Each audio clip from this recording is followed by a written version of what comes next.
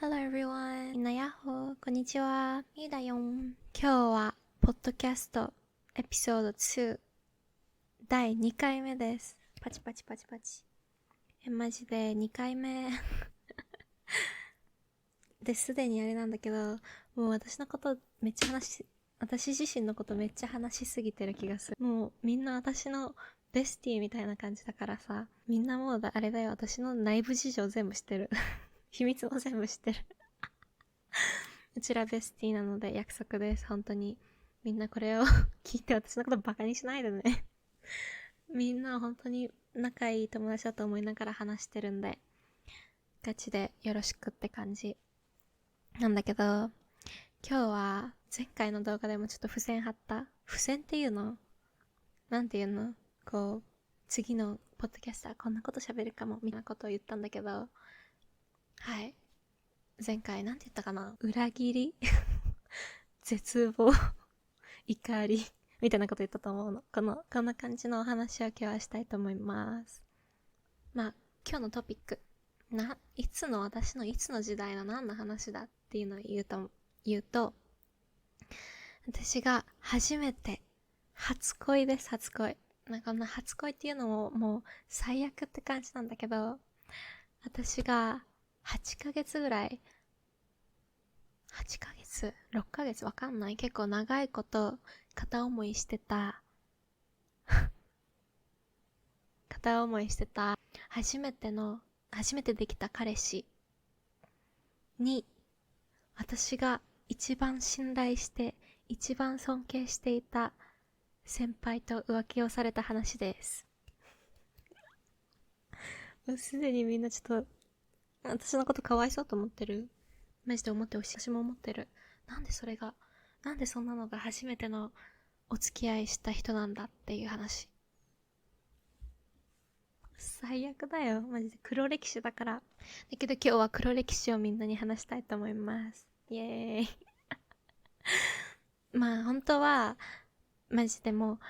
昔はこれ話しただけでも昔イライラするし気持ち悪いし、もう一生話したくないみたいな、もうマジで嫌だみたいな感じだったんだけど、もう今はそれを超えてもう笑いに変えられるぐらいもう乗り越えてるし、どうでもいいし、マジで笑い話、笑いネタなのでみんなに提供したいと思います。で、今日ちょっと演技のレッスン行ってきて、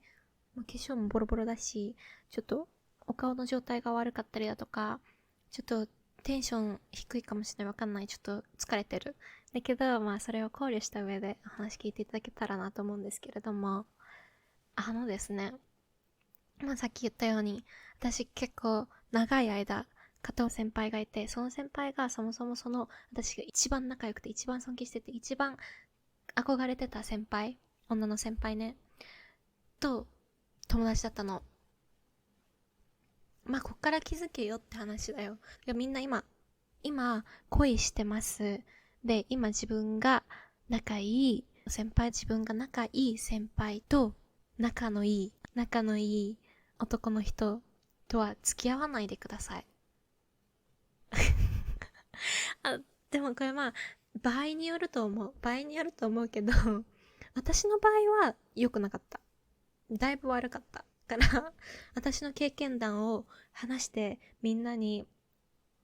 絶対この失敗をしないでほしいっていうのを話すんだけど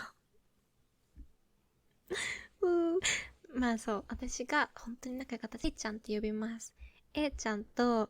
その先輩、私が付き合った先輩ね、 B さんを B さんっていうのもあれなんでゴミって呼びますね。 A ちゃんとゴミはベスティでした。ガチ仲良かったので、もう一人私が今も仲いい人がいるんだけど、この先輩とまあ3人、あと何人かいるみたいな感じで結構仲いいグループがあって、それが1個上の学年だったの。私はその下の学年のグループだったんだけど、そのグループとそこの学年のグループと結構仲がいい感じで、仲いい感じだったのね。で、特に私はその A ちゃんとめっちゃ仲良かったの。すごい仲良くて、私すんごい信頼してて、すっごく尊敬してて、私はこの先輩みたいに頑張らなきゃだったりとか、本当にいろんなことをしててすごい先輩だったから、私は本当にこの先輩みたいになるんだって本当に頑張っててかっこいいって思ってて、ずっと本当にかっこいいしいい人だなって思ってたので2人で遊びに行くこととかもよくあったし、お泊まりしたりだとかもあったし、すんごい仲良かったんだけど、でその A ちゃんと一緒にいるうちにB 君とも仲良く、間違えた、ゴミとも仲良くなったんだけど、ゴミって呼ぶのちょっとあれかな、人のことゴミって呼ぶのちょっとあれかもしれない。なんていう？ B 先輩って呼ぶね。じゃあ B 先輩とその A ちゃんが仲良かったから、私も自然と仲良くなったのね。で、私とその A ちゃんと B 先輩と、もう一人私が今も仲いい人は、先輩ね、は、同じ授業を取ってて、ある授業を。で、その授業で同じクラスだったし、その授業が本当に授業に人数が少なかったから、いつも10人もいなかったんじゃないかなっていうぐらい本当に小さいクラスだったの、最初は。だから、自然と本当に仲いい、めっちゃ家族みたいな感じで、超ファミリーみたいな感じで仲良かったのね。で、そのうちに私は、そっからもう B 先輩のことを気になり始めたの。で、だんだん好きになり始めて、なんかこう部活とかも、男子女子で分かれてるけど、同じ部活をしてて、ちょっと気になるみたいな感じで、結構その時から認めたくはないんですけど、好きになっちゃったっていうか感じだったんですね。で、私は A ちゃんとその B 先輩が超仲いいのしてたし、A 先輩と B 先輩、A ちゃんと B 先輩の間で、なんか、すごい周りがこう押すような感じ、二人くっつけみたいな感じで言われてるようなのも知ってたんだけど、私は B 先輩のことが好きだったの。で、私は何回も A ちゃんに、私がその先輩を好きなことは隠してたの。なんか気まずいじゃん。だって自分が一番仲いい友達のこと好きなのってなったらちょっと気まずいから、私はそれを隠して、ちょっと隠しながら聞いてた、いつも。A ちゃんは本当にその B 先輩と付き合う気ないのみたいな。みんなこう、二人のことを知ってるじゃんみたいな。二人くっついたらいいって言ってるじゃんみたいな。本当にその気はないのみたいなことを聞いてたんだけど、A ちゃんは全くそんな感情ないっつって、友人だからって言ってて、友達だし、もし例えば恋人になっても、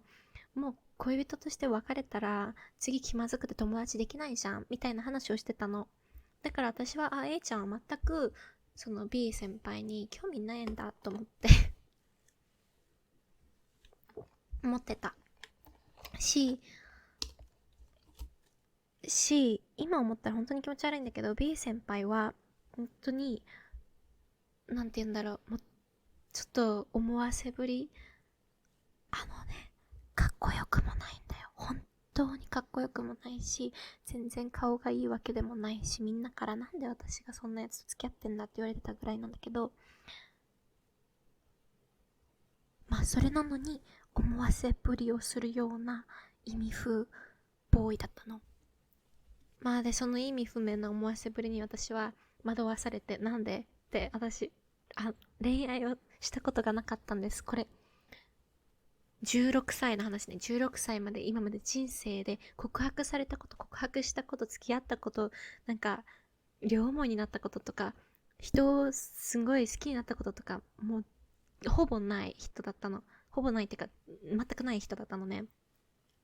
で、その時期もう16歳なんてみんなもうちょっと恋愛に飢えてんじゃん。みんな、彼氏欲しい、彼氏欲しいしか言わない。恋愛したい、恋人欲しいしか言わない時期だから、私もちょっと、こういう敏感になったのかもしれない。なんだけど、なんかその思わせぶりで、なんか、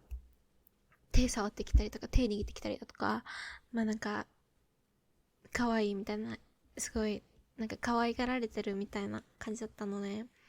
で、しかも周りもなんかちょこちょこ、その A ちゃんも私になんか B 先輩は本当になんかみゆのことを可愛がってるよみたいな。B 先輩がこんなに誰かのこと可愛がってるの見たことないみたいな。めっちゃみゆのこと可愛がってるみたいなことを言ってきたから、私もそれに惑わされたし、私のその時私が超仲良かった同級生の男の子もなんか先輩がなんか後輩にあんなんするの見たことないみたいなめっちゃみゆのこと気に入ってるみたいな言ってきたの。まあそれでそんなことも言われたりしたし、私はその時すごい惑わせれやすいし、本当に人を信じやすくて、超ちょろかったからまあまんまと好きになりましたですね。結構、でも全く叶うことはないだろうな、みたいな。全く言うつもりもなかったし、全く付き合いたいと思わないぐらいの、普通に、ちょっと憧れの先輩みたいな、ちょっと好きだな、みたいな感じだったのね。で、まあ、それは本当に親友の最初は本当に一人にしか言ってないぐらいマジで、マジ、秘密の恋だったんだけど、で、そっからまた半年ぐらいして、なんか、その、B 先輩ともっと私が仲良くなった頃に、まあその時はもう結構恋心を忘れてた。こう夏休みとかも挟んでたし、もうほぼ恋心ゼロだな、みたいな。冬休みかもわかんない。恋心ゼロな時、全く興味ねえや。まあ、そこまでじゃないけど、そんな、超好きって感じではなくて、まあ、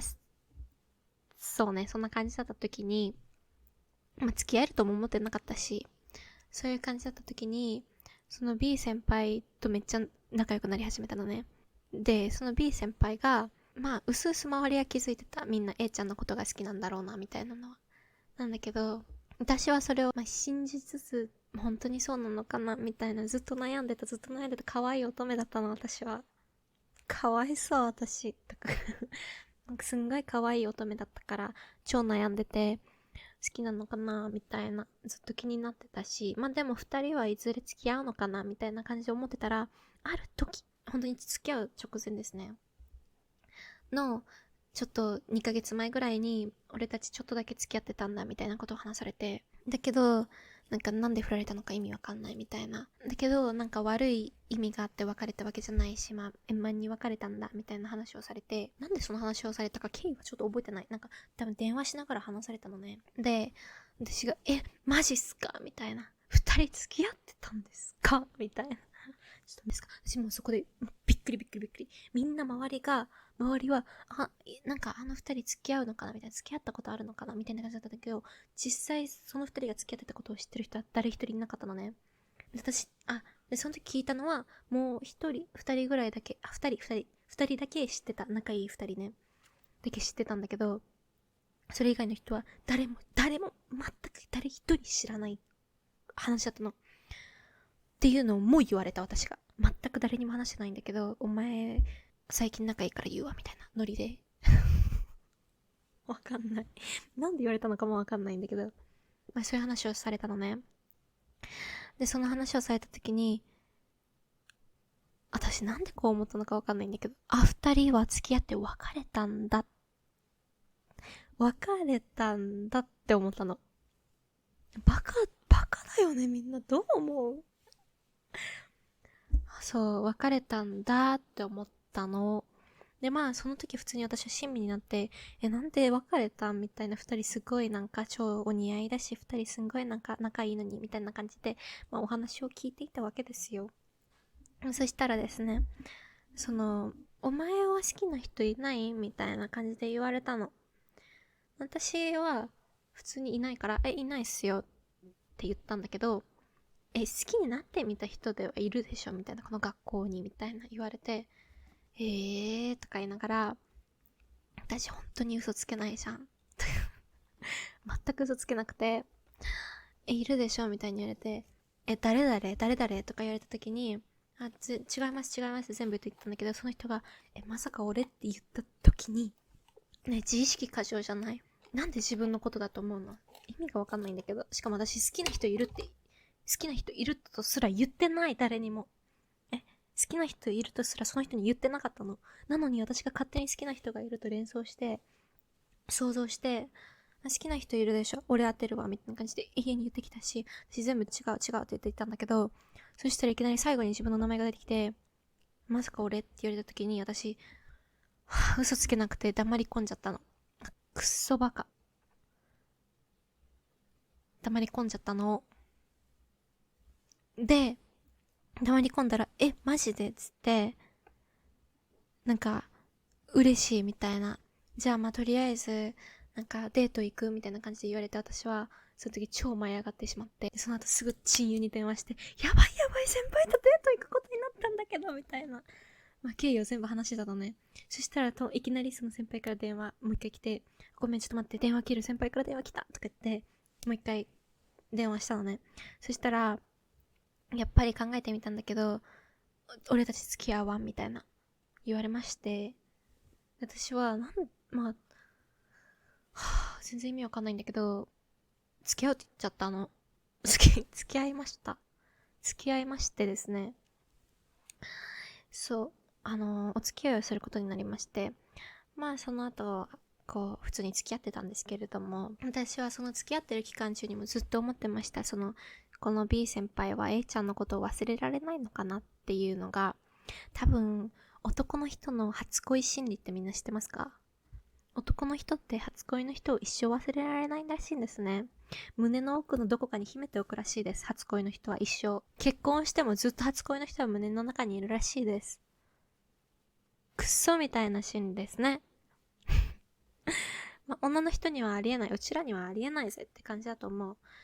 もう本当に初恋の人を秘めておくらしいんですけど、まあ、その人は定型的な初恋ラブ男だったんです。で、まあ、デート行くたびに、私がA ちゃんと仲いいから、別にノリで言ってるんだろうけど、ここ A と付き合ってる時に来たんだ、みたいな。だけどあいつはこんな感じだったけど、ミーはこんなんで可愛い、みたいなことを言ってきました。私はどう反応すればいいんだって話じゃないですか。まあですけど、そういうのを普通に私は受け取ってました。あ、そうなんだ、みたいな。私その時普通に初めて付き合う彼氏、超舞い上がってた時期なのね、私。もう、キャーみたいな。私も、一生この人と付き合うんだ、とか思いながら、思ってたんですけど、まあそんな感じで、普通に A ちゃんとも仲いいし、その B とも付き合って、みたいな感じだったんですけど、まあ、もちろん、もともと分かってますよ。A ちゃんと B が仲いいこと。仲いいことが分かってるんだけど、連絡の頻度がありえない。私とデート中にも永遠に連絡してるし、私と電話してる途中にも、あ、ごめん、A から電話来たっつって切って A ちゃんに電話に行くのね。だったりだとか、A ちゃん以外にもその B が、なんかちょっとアプローチかけてた後輩の女の子がいたんだけど、C ちゃん、私は絶対なんか C ちゃんとこいつの間になんかあるなってずっと思ってた。まあ A ちゃんとの間にもなんかあるんだろうなっていうのはずっと思ってたんだけど、まあ疑ったらっていうか、なんか二人は一体どんな会話をしてるのみたいな、なんでそんな DM するのとか聞いたら、私にガスライティング、なんで俺を信じてくれないんだってガスライティングをしてくるんですね。とか、もう、私が何か聞いたら私を永遠に責める。そんな友達との友情も俺は許されないのか。なんか恋愛をしてるからって言って、友達を諦めないといけないのかとか、みゆと付き合う前からずっと子供の頃から仲いいのに、みたいなことを言ってくるような男でした。とか、その C ちゃんのことに関しては、こいつは俺は妹だと思ってるって、本当に妹だと思ってるぐらい可愛がってるから、妹だから全く関係ないみたいな、とか言われたりとか、とりあえずちょっと頭がちょっと、こんな感じだったんですけど、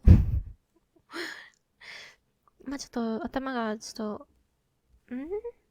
て感じだったんですけど、まあ私は初めての恋愛だから、相手を信じなきゃと思って、そうだよねって、束縛したらダメだよねとか思いながら、私は私って重い女なんだとか思いながらまあ流したりはしてたんですけど、でもずっとなんか夢にも出てきた。その A ちゃんと私とその男が一緒にいるのに A ちゃんにだけなんか男がいきなりプレゼントを買いました。私には何もないみたいな、その夢も見た。で、その夢が怖いぐらい現実にありえそうなシチュエーションっていうぐらい本当にあれだったの。でも、すんごい私と二人でいるときは私に甘いし、私に優しいみたいな。本当に怖かったんだけど、本当に怖いぐらい、なんかちょっと、洗脳型彼氏なんか人への言いがかりはすごいくせに私がなんか言ったら、なんかあれみたいな。しかも私が普通に友達と何もない距離で喋ってても、それに対してめちゃくちゃ言ってくるし、その男が私のこと好きだとか言ってくるくせに、私が自分の友達と何かあるんじゃないかって言ったら、それに対して超怒るみたいな。なんで電話しに行くのって聞いたら、それに対してめっちゃ怒るみたいな。俺は電話したらダメなのかみたいな。まあそういう人だったんですね。で、私はある時、スタディホールっていう自習時間みたいなのがあったんですけど、自習時間何してもいい時間だったんですね、学校の中で。でその中で、前の自習時間、自習教室みたいなのがあって、そこを使うんだけど、その教室の前の時間に、その私の彼氏が iPad を置いていったのね。iPad を置いていって、で、置いていくっていうのも卒業写真を撮る日だったの、その上の学年の子たちが。で、卒業写真を撮りに行くから、みんな荷物全部置いていって、とりあえず卒業写真撮りに行ったんだけど、そこで彼氏の iPad を見つけたんで、私はまあ常にやってるように、勝手にiPad 使ってゲームしてました。ゲームしてたんだけど、そしたらいきなり上にチンって A ちゃんの LINE が来たから、LINE じゃない、韓国のカカオトークね、ピンって来たから、ピッと押して、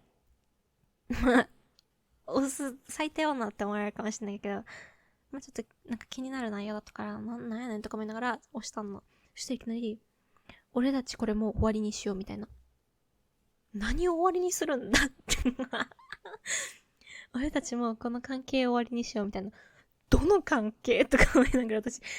やべえって思って、全部遡って、バーってちょこちょこ見ていったの。そしたらなんか、二人はデートに行く約束をしてたりだとか、まあずっと男が女の子に永遠に、俺はまだ好きなんだみたいな、好きなのにみたいな、女の子にずっと待つからみたいな、女の子にお前は本当に俺に対して気持ち一個も残ってないのかみたいなことを言ってる内容で、女の子はわかんない、好きな時もあるし好きじゃない時もあるみたいな女の子って A ちゃんね、なんかわかんない、まあ好きな時もあるし別に好きじゃない時もあるし、なんか気が変わるのみたいなことを言ってたんだけど、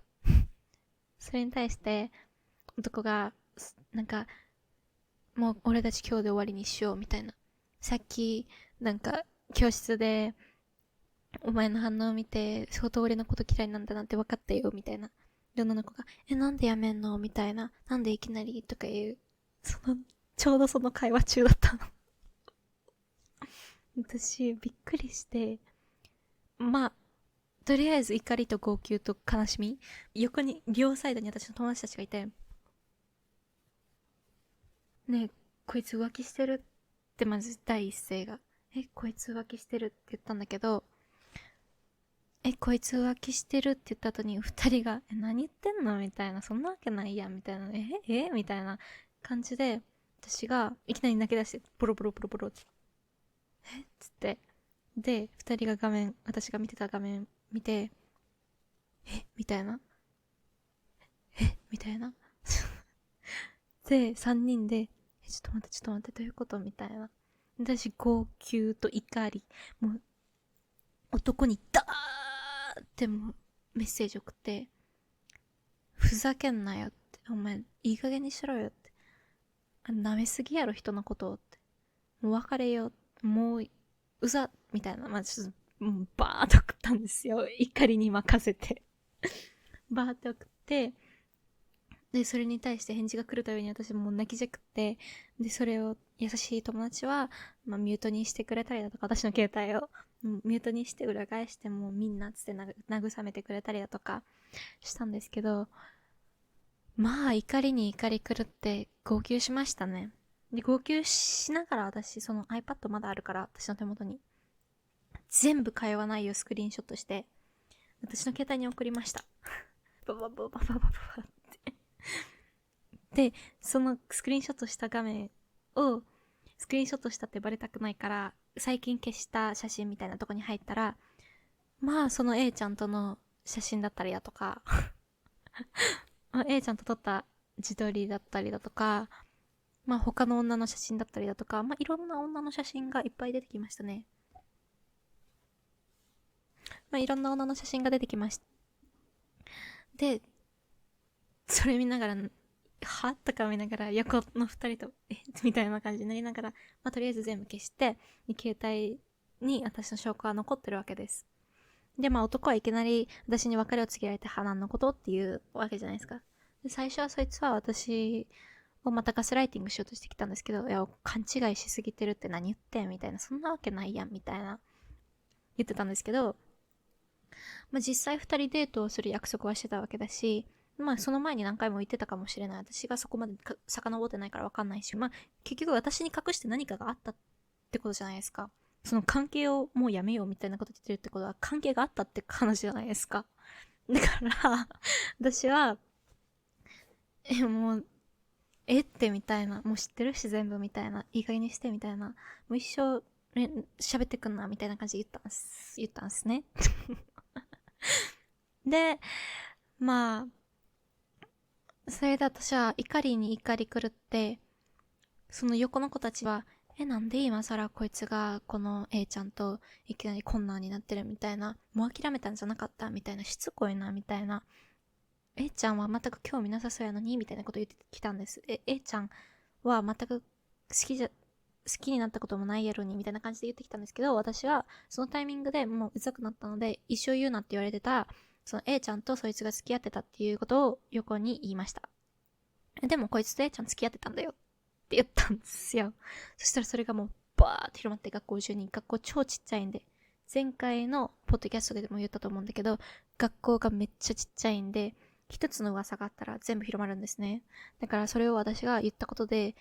そいつの耳にも届いて、私がそれをばらしたっていうことも届いたんですよ。で、いきなりいっぱい連絡また来て、意味わからんみたいな、なんでそんなこと言うみたいな、浮気したのは悪いけど、そんなん言う資格ないやんみたいな。人のことばらすの良くないみたいな言ってきて、いやでも実際別に、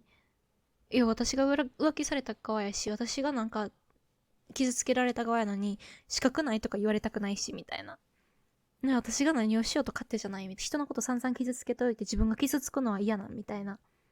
私が浮気したことも言ったから、全部、回ってるんだけど、で、自分が浮気したっていう噂が広まったのが気に入らんかった。で、その女の子と付き合ったっていう噂が気に入らなかったっていう点で、ずっと私に逆ギレしてきたんですね。私は、いや意味わからんみたいな、一生、ちょっと、みたいな感じでずっと対応してたんですけど、そこでもう無視しとけばよかったのに、もう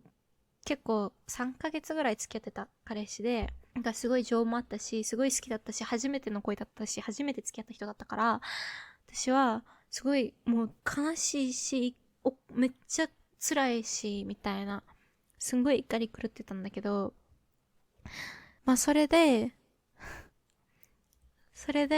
なんか、俺 A ちゃんと付き合ったことないし、みたいなことを言ってきたんです。ってなりません？いやいやいやいや、付き合う前に聞かされてます。こちとら。A ちゃんと自分が付き合って別れたっていう話をしてたじゃないですか。2ヶ月ぐらい付き合ってたって話をしてたじゃないですか。その事実知ってる人他にも3人ぐらいいるじゃないですかって話なんですけど。みたいな。何言ってんのこいつってなって、それは多分 A ちゃんがその男と付き合ってたっていうのが恥ずかしいからか知らんですけど、それは多分その男に、みたいな感じで言ったと思うんです。それで、結局噂は全部広まりまして、それにめっちゃ逆ギレされて、で、俺はお前の幸せ願ってるけどな、みたいな。俺が悪かったのは認めるけど、お前もすんごい幼稚や、みたいな。これも言われました。一生自分の想像の中で生きろみたいな。一生自分のその妄想の中で囚われて生きろみたいなことを言われました。とか、You're so delusional とか言われたり、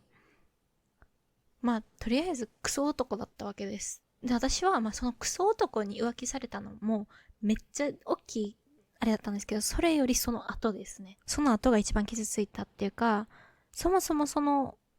A ちゃんが私が本当に仲いいと思ってたし、本当に信頼を得て、本当に何が起こってもまず一番に頼る人だったりだとか、一番に報告する人ぐらい仲良かったし、私がすんごい慕ってた先輩だったんですよ。だから、例えばテストでいい点を取っても、まずその先輩に、ちゃんっつって、今日テストで98点取ったっていうに行くぐらいやったし、何か悲しいことがあっても、第一ぐらいに相談しに行く人だったの。だからまずその子に裏切られたことがほんまに辛くて、私すんごい好きやった人やから、私の知らないところで、そんなことになってたんや、みたいな。で、二人で、私の、例えば、わかんないですけど、バカにしてるかもしんないじゃないですか。私がいないところで。あいつ全然わかってないな、みたいな。気づいてないな、みたいな。言ってたかもしれんし、とりあえず私の裏で、なんか、浮気した事実は事実なんで、浮気したのは男やけど、それを少なからず受け入れ体制でおったわけやから、それに対してめっちゃ傷ついて、もう人への信頼度がドンって下がってその時もうどうしたらいいんやろみたいな。しかもその女の子が、学校で結構すごいめっちゃトップな存在やって、もうその子が一番みたいな。実際生徒会長ではあった。実際生徒会長でもあったし、人気も一番あった。いろんな後輩から慕われてる先輩やったけど、その中でも後輩の中では私が結構仲いい方なんじゃないかっていうぐらい本当に二人でいろんなとこに行ったりとか、お泊まりしたりとか、私的にはその先輩が他の人にも言わんような相談事をしてくれたりだとかっていうのが嬉しかったり、私はすごい好きやったし、すっごい私が仲いいと思ってたわけ。やのに、あれこれって私の一方的な勘違いやったんかって思ったし、その先輩にとって私って対してそんな別に裏切ってもいいぐらいの存在やったんやなみたいな、別に嫌われたところで何とも思わへんような人やったんかなみたいな。てかそんなバカにできるくらい、バカにっていうかそんなこいつの彼氏と浮気してデートしても別にええかって思うぐらいの存在やったんやなっていうのにめっちゃ傷つきました。なんか猫が通っていったけど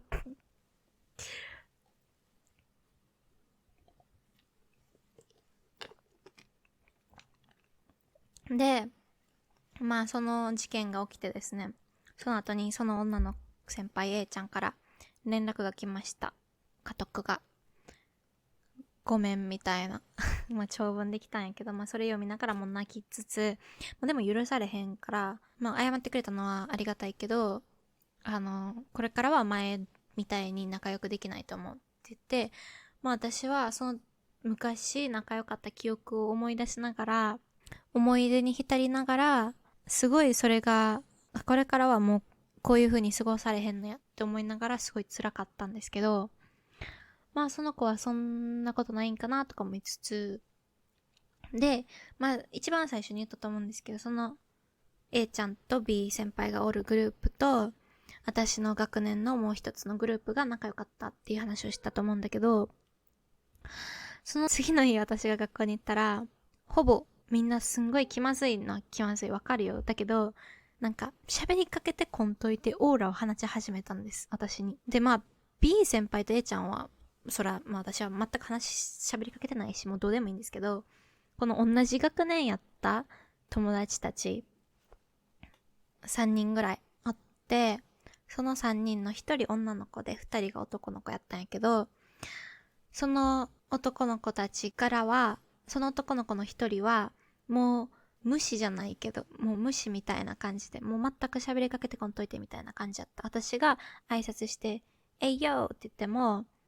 はーいって言っても、なんかもう、みたいな感じやって、二人目の男の子も、なんかちょっとは受け取ってくれるけど、もうほぼ無視みたいな。ほぼなんか気まずいみたいな。その子もちょっと心が弱い子やったから、わからんくはない。気まずかったんやろうなって感じ。やねんけど、そんな感じで、で、このもう一人の女の子が、すごい親身になってくれてはいたんよ。親身になってくれてはいた。だけど、私知ってしまったことがあって、これ話すの忘れてた。ごめん。浮気するのを発見するちょっと前、ほんまに1週間前ぐらいに一回別れたことがあって、これなんでかって言ったら、男からいきなり、デートして、普通に仲良く、普通にカフェとか行ってデートして家に帰って電話してた時に別れたいっていうのを言われた。で、これ私すんごい号泣して、すんごい、なんていうんやろ、個人的なじゃないけど、ことを喋りながら、もうすごい、なんでなんみたいな話をして、すごい情けないわけですよ。引き止めてたわけですから、泣きながら号泣しながら引き止めてたのに、それを実は A ちゃんと最初一番最初にもう無視みたいにしてきたって言った男の子とがディスコでB 先とグループにおって通話がつながってたらしいんですよ。だから私が引き止めて号泣しまくって泣きじゃくって喋ってた話が全部筒抜けだったんよ。最低じゃない？ほんまに最低やと思う。そんな人間おっていいんかっていうぐらい最低やと思うし、まあその電話が来る前に実はずっと女の子もう一人私が仲良かったそのグループの女の子とそのさっき言ったディスコードの通話におった男の子と先輩がグループになってずっと DM で私と別れたいってことを話してたらしいんですね。相談して通話とかもしたりして話してたらしいんですね。けどこの二人は全く何も私に言ってくれへんかったし、私にしてはその女の子、そもそもその男の子二人はまあ B 先輩と超仲いいし男の子同士やからまあしょうがないとして、女の子に関しては私がもうその学校でとりあえず一番親友やと思ってたわけだから、私が一番親友やと思ってた女の子、その時の学校にいた女の子と、そのもう一人その先輩、A ちゃん、私が一番仲いいと思ってた先輩に裏切られたのが一番ショックやったわ。だから私の周り全員が加担してた話であって、私だけ知らんかったね、その時。その先輩が私と別れたいっていうの。周り全員知って、やのに周りは何ともないようにずっと何週間も私のことを騙し続けてきてたわけ。それが本当にありえへんなと思ってて。まあ結局だから一回別れたって話。私もちょっと忘れてる。やけどまあ裏切られた、記憶に印象深いことが残ってるから。それで結局一回別れたんやけど、周りの子たちはまあ一回許した。なんで許したんか分からへん。全然その時許したんなんでか分からんねんけど、まあB 先輩と別れたのがすんごい悲しかったから、まあ許したんやと思う。で、もう一人で、さっき出てきてない、もう一人の男の子。次じゃあなんて言おう。Y 君。Y 君。Y 君にいきなり別れた時に、まあ私になんか言ってきたんですね。何々何々なんみたいな。探りを入れることを言ってきて、で、なんかこいつ探ってんなと思って、電話して、それ B 先輩に聞けって言われたやろって言ったね。そしたら、いきなり Y 君が泣き出して、ごめんって言ってきて、まあだから結局 B 先輩がその後も自分の後輩を使って私になんかいろいろ探りを入れてきたりとか、ほんまに気性いいやつだったんです。で、まあ結局一回別れたのに、なんか私はまたほだされて、なんかお前がいないと俺は辛いみたいなこと言われて、私は毎回よりを戻したんですね。で、その後に、まあ浮気が起きたってわけです。なんやけど、まあそういうのもあったりだとか、浮気が起きた後に次の日学校に行ったら、私のことを無視して、気まずそうにして、私のことを慰めてるくせに、休み時間とかになったら、その A ちゃんと B 先輩のとこに行くんです。おかしくない？私が辛いし、私が浮気された側やのにみんなそっちに行って話すんですね。私そんなとこ行きたくないやん。いくら友達全員がそっちにおるとしても。だから私は自然に一人になりました、その後。で、一人でうろちょろしてました。学校を。まあそういう話です。で、私これで一番辛かったのは、まあ、A ちゃんに裏切られたことと、あと同級生に裏切られたこと。だから浮気はもうどうでもいいんです、正直。男なんてもうどうでもいいんです。クソ男なんかほっとけって感じやねんけど、私が今まで何年もかけて築いてきた友情だったり、信頼だったりだとか、私がすごい信じてた身内の人たち全員が加担した事件だったの、これが。いきなり普通にめっちゃ仲良かって、ほんまに超仲いいと思ってた何人ですかこれ。1、2、3、4、5。5人から裏切られて。5人から裏切られて、もう学校には友達がいなくなったわけですよ、その時。めっちゃ辛かったし、学校中がそのこと知ってるから後輩たちに慰められたりだとかしながら、なんだこんな一人悲しまんなあかんねんとか思いながら、私が悪いことをしたわけじゃないのに、すんごい理不尽じゃないって思いながら、過ごしてました。なのでじゃあ今日の教訓皆さん、自分が信頼してる人だったり、自分がすごい好きな人の周りにおる人には手を出さない。その人とは付き合わない。好きにならない。これ絶対です。友達といくら仲いいからって信用しすぎない。自分の全てをその人たちだと思い込まない。みんなも私と同じ過ちを犯さないように、ほんまに気をつけてください。ほんまに危ないです。ほんまに。で、グループ内で付き合わない。付き合っても、まあ、できる限り付き合わない方がいいんじゃないですかね。別れた時にまあ気まずい。そらそう。やし、浮気されて別れた場合にはもっと気まずい。し、なんでか浮気した側につく可能性だってある。最悪自分の友達全員失うっていうのをみんな分かった上でグループ内で恋愛してくださいするなら。って感じ。別れようって言われた時に、泣きじゃくって通話で引き止めない。誰かが聞いてるかもしれません。最悪ですね。本当に最低。ほんまに最低。自分が友達をすごく大切にしててすんごい好きやったとしても、ほんまに相手から好かれてるのかに相手に自分が大切にされてるのかをちゃんと考えていきましょう。私に言ってます。自分に言ってます、自分に。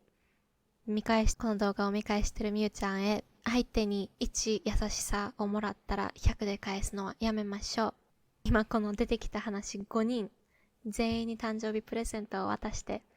全員から帰ってこなかったみゆちゃん。全員に自分のお小遣い1ヶ月以上分の誕生日プレゼントをあげ、帰ってこなかったみゆちゃん。いい加減にしてください。自分が相手を大切やと思ってても、相手に自分が大切にされてるからしっかり確認、しっかり分かりましょう。なんかちょっとでも、なんか対等じゃないなとか、ちょっとでもこう私のこと下に見てるなとか、ちょっとでも私が大切にしてるほど相手から取ったら私は大切じゃないんやなって思うことがあったら、自分も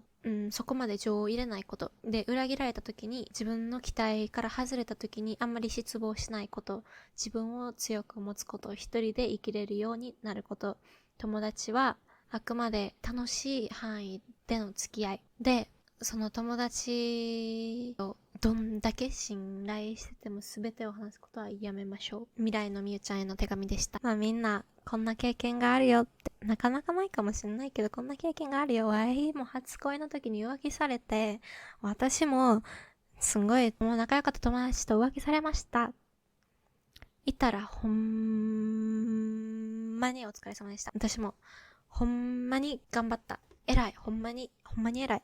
全員に裏切られたのにこんなに強く生きてるで偉い。すごい偉いことです。で、今それで落ち込んでる人がいるならば本当に言ってあげたい。もうそんな奴らどうでもええん。もうどうでもいいし、友達が他にいなくても、私みたいに本当に他にいなくても一人でも生きていけます。私も最近なんか一人で生きること大好きから、一人でご飯食べに行って、一人で映画見に行って、一人で遊びに行って、一人でカフェ行って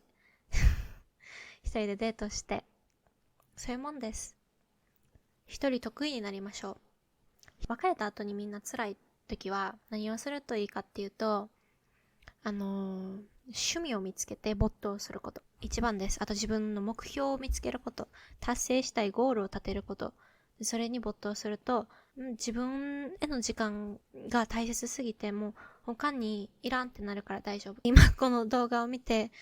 うわ、この子めっちゃかわいそうって、どういうことやねんって思った人は、高評価お願いします。あとコメントも、慰めのコメントも本当に慰められるし、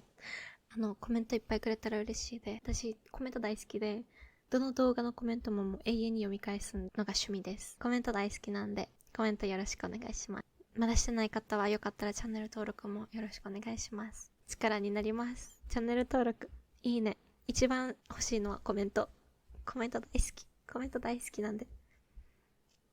お願いします。まあそんなこっちゃで今日は終わろっかな。チャンネル登録といいね、コメント、インスタもやってるし TikTok もやってるんで、気になったらぜひって感じです。みんな今日もこんな長い話聞いてくれてありがとう。なんか聞きながら聞くに耐えないようなもう残酷な話やったかもしれんけど、私今見てほしい。こんなに辛い経験をしてもこんなに楽しく生きてるんで、時間が解決するってことです。どんなに今辛い状況にいても時間がきっと解決してくれるんで、ちょっとだけ頑張って。もう嫌や人生嫌やってなってる子は、明日だけ頑張ってみよう。今日だけ頑張ってみようって思ってたら、だんだん前向きになれるようになると思います。ほんまに辛かったらもう全然私に話してくれてもいいし、もう身内とかに言いづらい話とかもあると思うし、私もう全然何でも聞くんで話してください。DM はね、申し訳ない。送ってくれるたびにすんごい返事したいし、めっちゃ読んでるんですけど、事務所の方針で、DM 返事ダメなんで、読むだけでいいならめっちゃ読んでます。めっちゃ読んでるし、コメントは全然返事するし、言いづらいこととかやったらもう手紙とか送ってくれたら読みます。手紙も読むし、DM も読んでます。私本当にみんなとコミュニケーション取るの大好きで、本当に画面の前におるかもしれんけど、この私に何かしらのメッセージを送ってくれる人だったり、コメントしてくれる人だったり、何かのイントラクションをしてくれてる人は全員友達だと思ってるんで、みんなも私のこと友達と思ってください。よろしくお願いします。ってことで、まあ、みんなにとって勉強になる、参考になる動画やったらいいなと思います。みんなこんな私みたいな失敗はみんなに起きないように願ってます。ってことで、ありがとうございました。みんな大好きです。今日も見てくれてありがとう。めっちゃ長いこと話したけど、ありがとうございました。大好きです。バイバイ。おやすみ。